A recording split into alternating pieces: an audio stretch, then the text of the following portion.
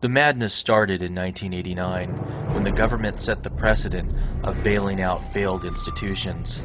Since then, it has spiraled out of control.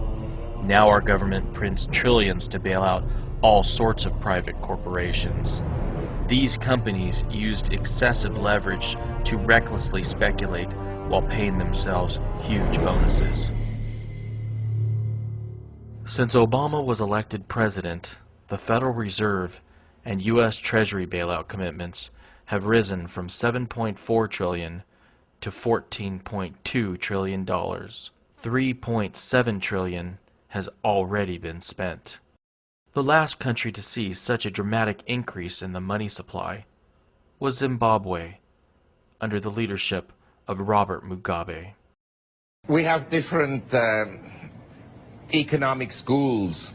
We have the Austrian school, the school of rational expectations, monetary schools and so forth. In the US, we have a totally new school, and it's called the Zimbabwe school. And it's founded by one of the great leaders of this world, Mr. Robert Mugabe, that has managed to totally impoverish his own country. And that is the monetary policy the US is pursuing. If something goes wrong, print. If it doesn't get fixed, print more.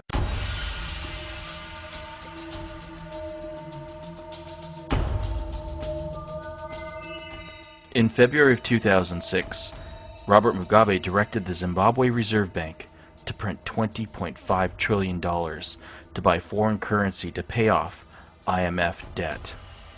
This caused prices of consumer goods to go through the roof, and in May of 2006, the Zimbabwe government announced they would print an additional $60 trillion to pay for a 300% salary increase for the soldiers and policemen. In August of 2006, 3 zeros were chopped off the currency to form a new Zimbabwe dollar. And in June of 2007, $1 trillion of the new currency was printed to pay for a 900% salary increase for the soldiers and policemen. In July of 2007, Mugabe implemented price controls which forced stores to sell goods at government-ordered prices. This led the nation to complete chaos and empty store shelves. Mugabe's solution was to print more money, and in February of 2008, the total Zimbabwe money supply reached $800 trillion.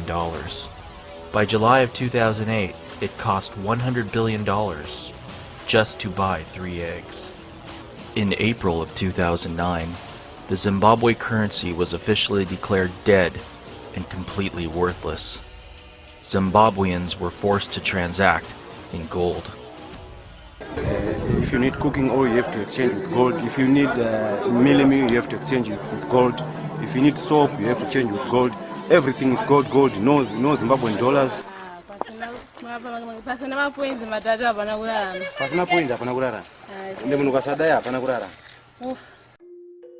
Gold has been universally accepted as real money for thousands of years. Unlike fiat currencies, gold can't be printed out of thin air.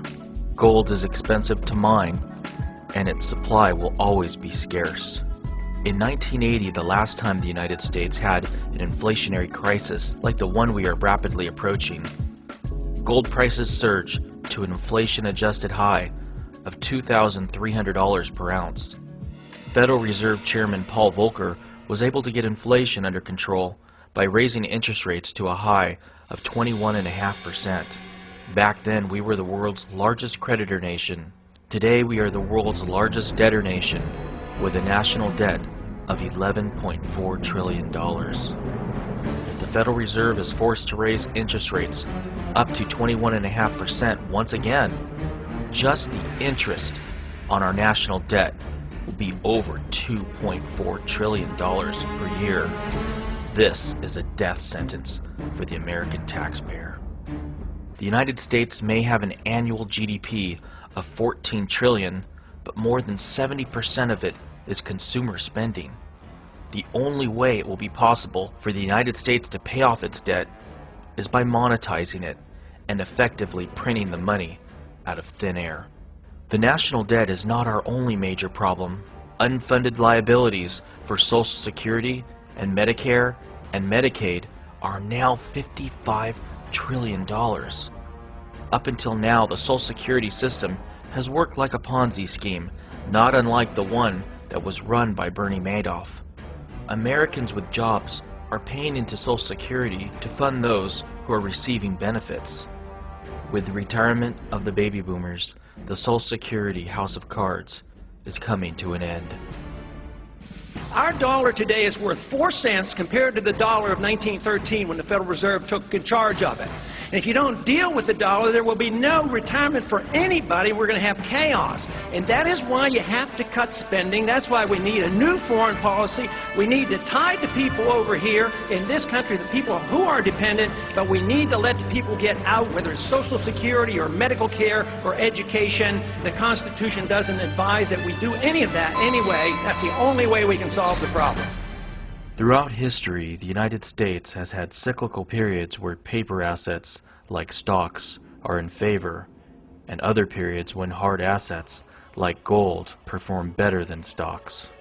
The long-term battle between stocks and gold is illustrated by looking at a chart of the Dow to gold ratio, which is the price of the Dow Jones Stock Index divided by the price of gold. After reaching a high of 44 in 1999, the Dow to gold ratio has been in free fall to its current level of 9. If the Dow to gold ratio bottoms once again at 1 like it did in 1980, we are looking at another 90% decline in the price of stocks when priced in gold.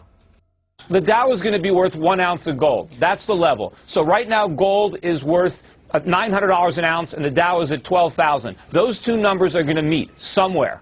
I don't know where, but they're going to meet. Silver prices have the potential to surge by an even greater percentage than gold. The Coinage Act of 1834 established a gold to silver ratio of 16:1, which lasted until silver was demonetized in 1874. The gold to silver ratio is currently close to 70, which means silver is receiving almost no monetary premium.